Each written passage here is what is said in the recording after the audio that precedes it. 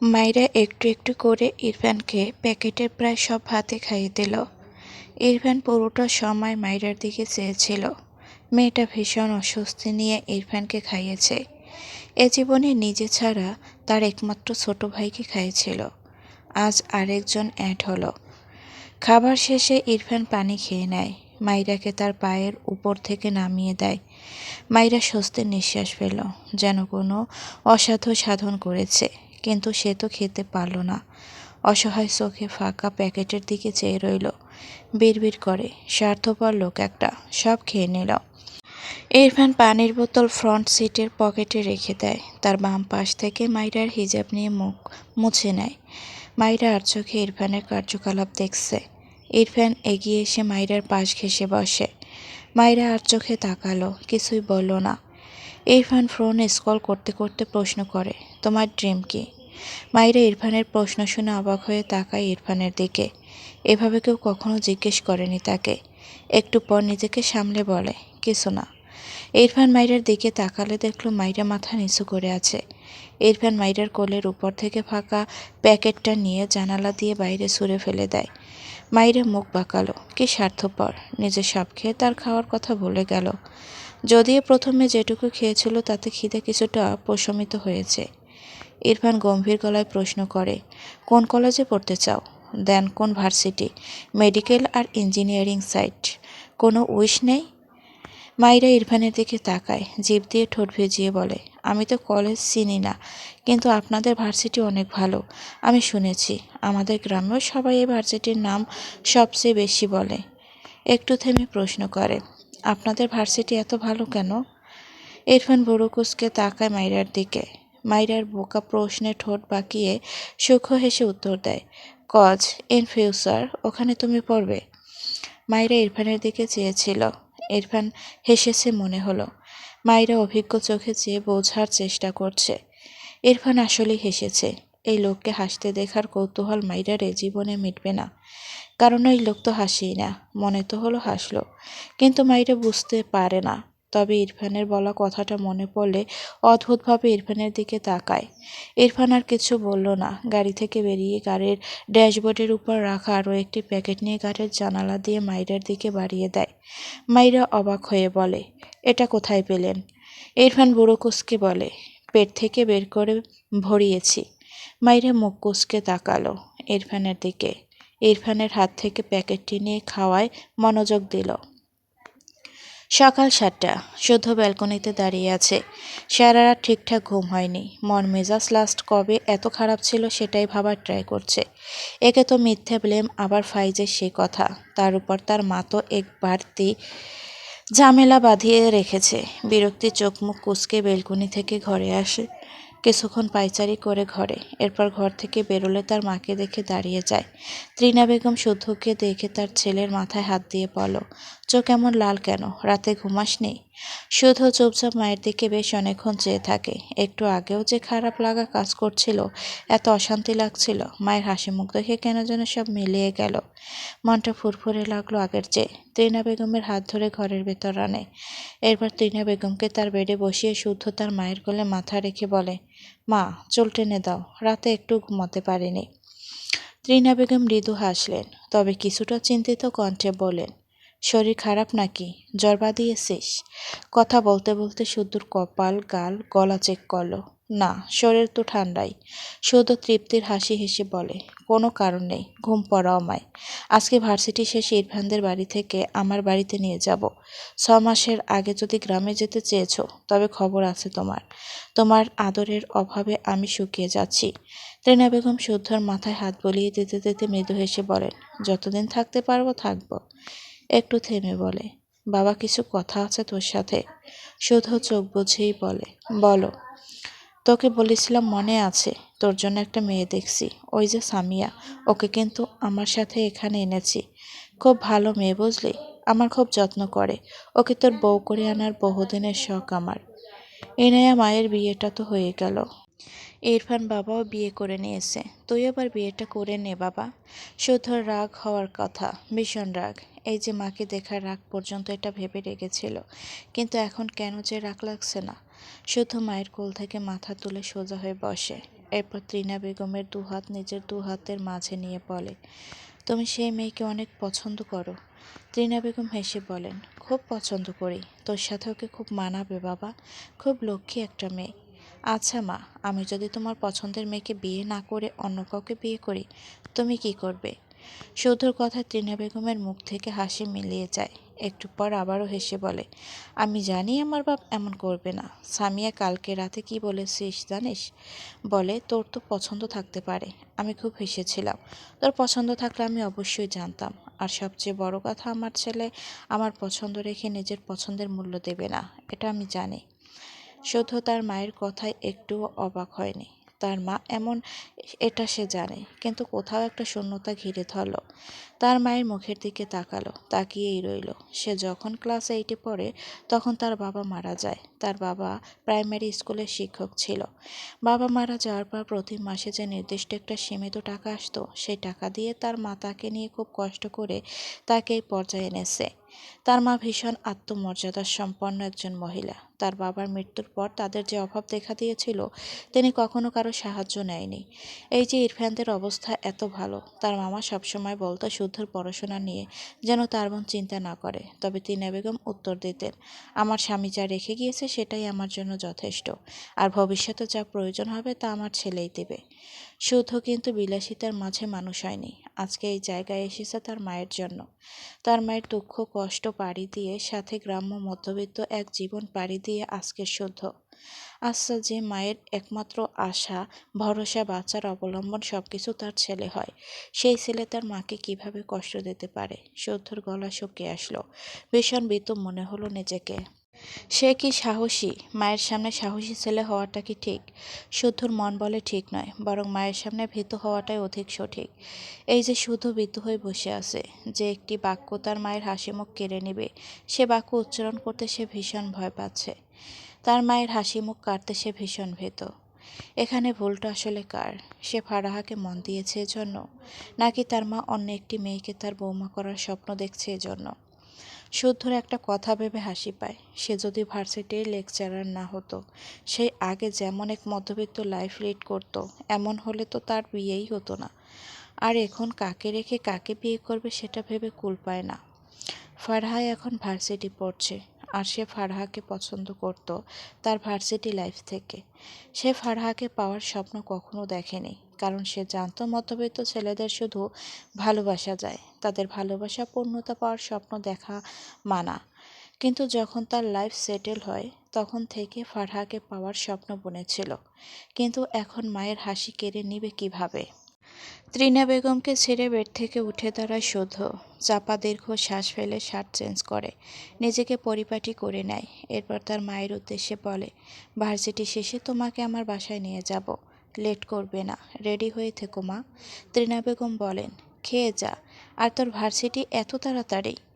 শুদ্ধ হাত ঘড়িতে সময় দেখল, 8টার কাছাকাছি। মৃদু হেসে বলে, একটা কাজ আছে, কাজটা সেরে ভার্সিটিতে যাব, বাইরে খেয়ে নেব, এখন আসি। কথাটা বলেই দ্রুত পায়ে বেরিয়ে যায়। গতরাত প্রায় 2টার দিকে ইরফান আর মাইরা বাড়ি ফিরেছে। মাইরা সকাল সকাল উঠে ঘর থেকে বেরিয়ে গিয়েছে। এ বাড়ি আসার পর মাইরা সেভাবে কখনো কোনো কাজ করেনি। আজ তো বাসায় অনেক মানুষ, এজন্য ভাবল সে তার শাশুড়ি আর রিতাকে নিয়ে একটুখানি হেল্প করুক। তার নিজের বাড়ি থাকতে তো অনেক কাজ করত, এখানে এসে করা হয়নি। ভাবনা নিয়ে চটপট ঘর থেকে বেরিয়ে যায়।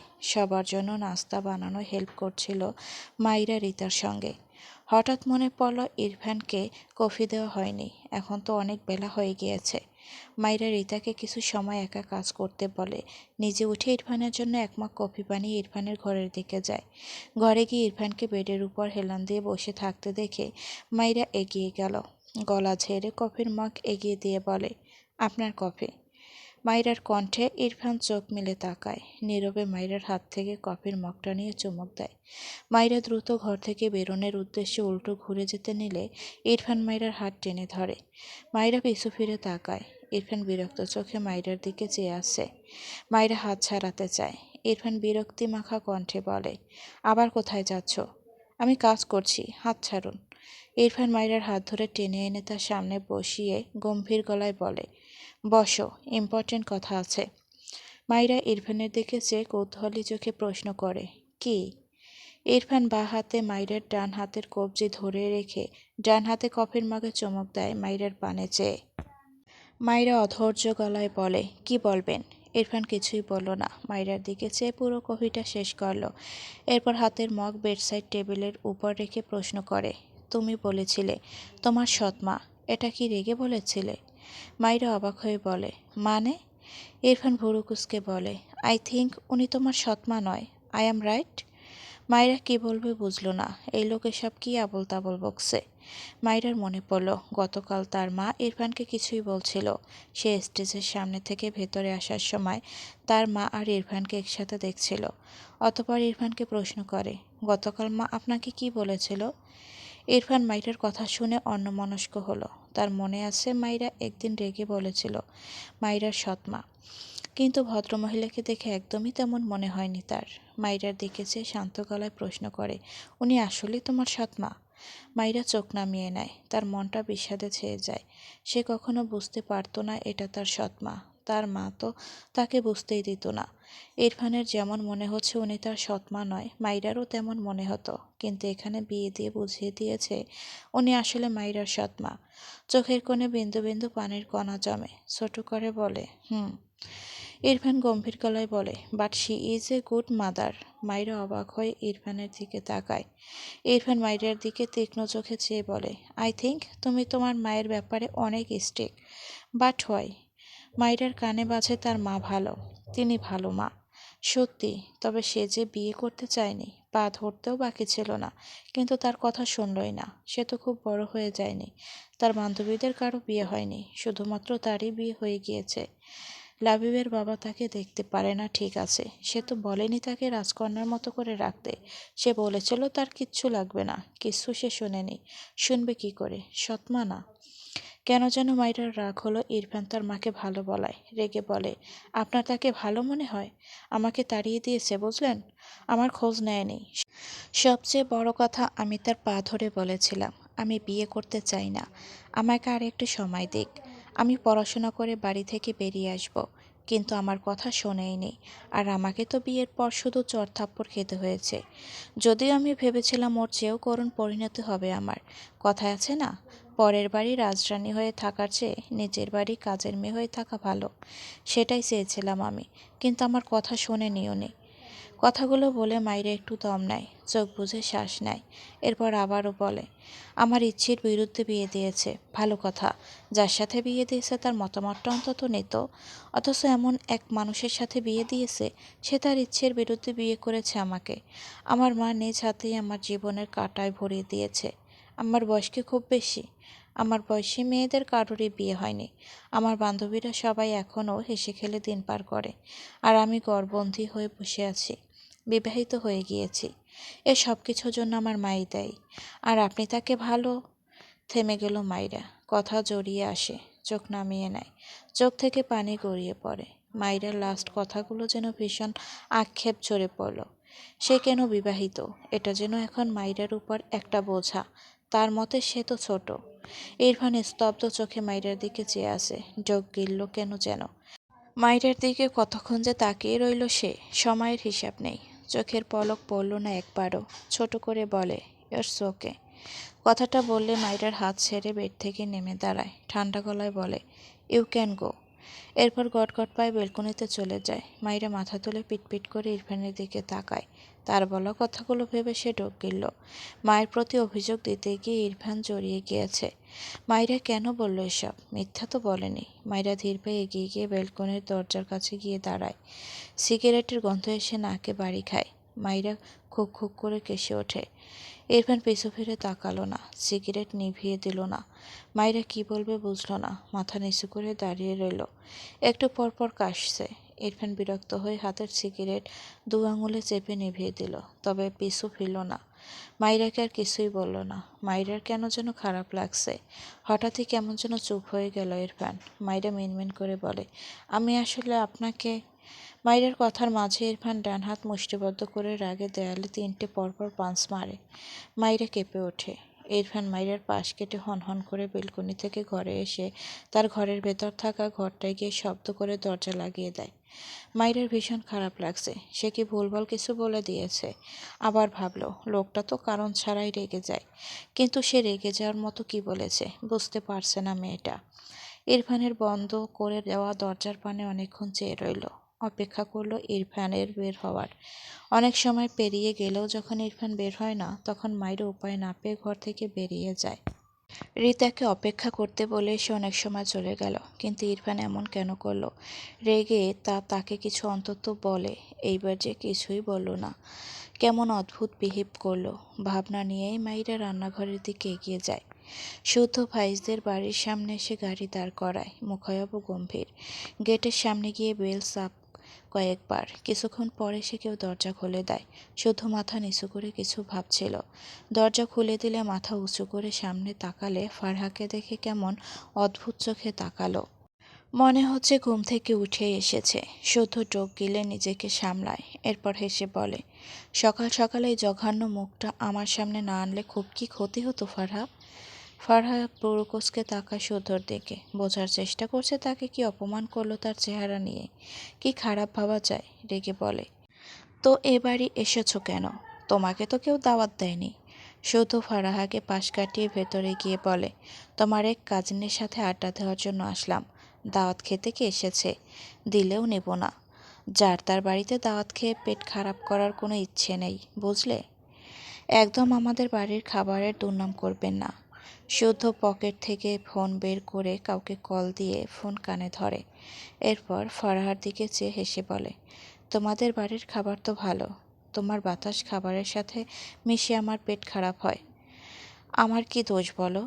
ফারহা কটমট দৃষ্টিতে তাকালো শুদ্ধর দিকে। শুদ্ধ হঠাৎই সিরিয়াস হয়ে ফোনের ওপাশের ব্যক্তিকে শক্ত গলায় বলে, ছাদে আসো এক্ষণে। কথাটা বলে ফোন কেটে দ্রুত পায়ে সিঁড়ি বেয়ে উপরে ওঠে। যাওয়ার পথে ফাইজের সাথে দেখা হলো। ফাইজ তার ঘর থেকে বেরিয়ে শুদ্ধকে দেখে দাঁড়িয়ে যায়। শুদ্ধ খুব স্বাভাবিকভাবে ফাইজের পাশ কাটিয়ে ছাদের দিকে বড় বড় পা ফেলে যায়। ফাইজ পিছু ফিরে বলে, আবার কোন বেয়াদবি করতে এসেছিস? শুদ্ধ উত্তর করল না, দ্রুত পায়ে সিঁড়ি বেয়ে ছাদে চলে যায়। ছাদের গেটের সামনে ফাইজের কাজিন রাসেলকে দেখে হাসল। এগিয়ে গিয়ে রাসেলের কাঁধে হাত দিয়ে ছাদে পা রেখে হেসে বলল, কেমন আছো? রাসেল শুদ্ধর ব্যবহারে খুশি হলো। রাসেলের বয়স হবে 22-23 বছর। ফাইজ শুদ্ধ এদের চেয়ে অনেক ছোট ছেলেটা। শুদ্ধর কথা হেসে উত্তর করলো, ভালো আছি শুদ্ধ ভাই, আপনি কি বলবেন? শুদ্ধ রাসেলের কাঁধ থেকে হাত নামিয়ে নেয়। রাসেলের সামনে দাঁড়িয়ে গম্ভীর গলায় প্রশ্ন করে, মদ খাও ভালো কথা নয়, আমার বোনকে দিতে গেলে কেন? দিয়েছ অবশ্যই ভালো করনি। এটা তোমার বড় ভাইকে বলনি কেন? রাসেল আমতা আমতা করে বলল, ভাই আপনি তো ঘুমের ওষুধ দিতে বলেছিলেন, আমি কম পাওয়ারের ওষুধের সাথে খুব সামান্য একটু মিশিয়ে দিয়েছিলাম। কথাটা বলতে দেরি হলেও রাসেলের গালে শক্ত থাপ্পড় পড়তে দেরি হয়নি। রাসেল অবাক হয়ে শুদ্ধর দিকে চেয়ে আছে। শুদ্ধ রাসেলের কলার ধরে দাঁতে দাঁত চেপে বলে, আমাকে যতটা ভালো ভাবো আমি ততটা ভালো নই, বরং তার চেয়েও অনেক বেশি খারাপ। বোনের শ্বশুরবাড়ির আত্মীয় বলে অপরাধ করলে পায়ে পড়ে বসে থাকবো, এসব ভাবলে ভুল। এসব অসভ্যতামি আমার ফ্যামিলি রিলেটেড কারোর সাথে করলে হাত কেটে ফেলবো একদম। ফায়েজ শুদ্ধর পিছে এসে দাঁড়িয়েছিল ছাদের দরজায়। ভেতরে পা রাখতেই দেখলো শুদ্ধ রাসেলকে থাপ্পড় মারল। ফায়েজ অবাক হয়, শুদ্ধ তার কাজিনকে এভাবে মারছে কেন?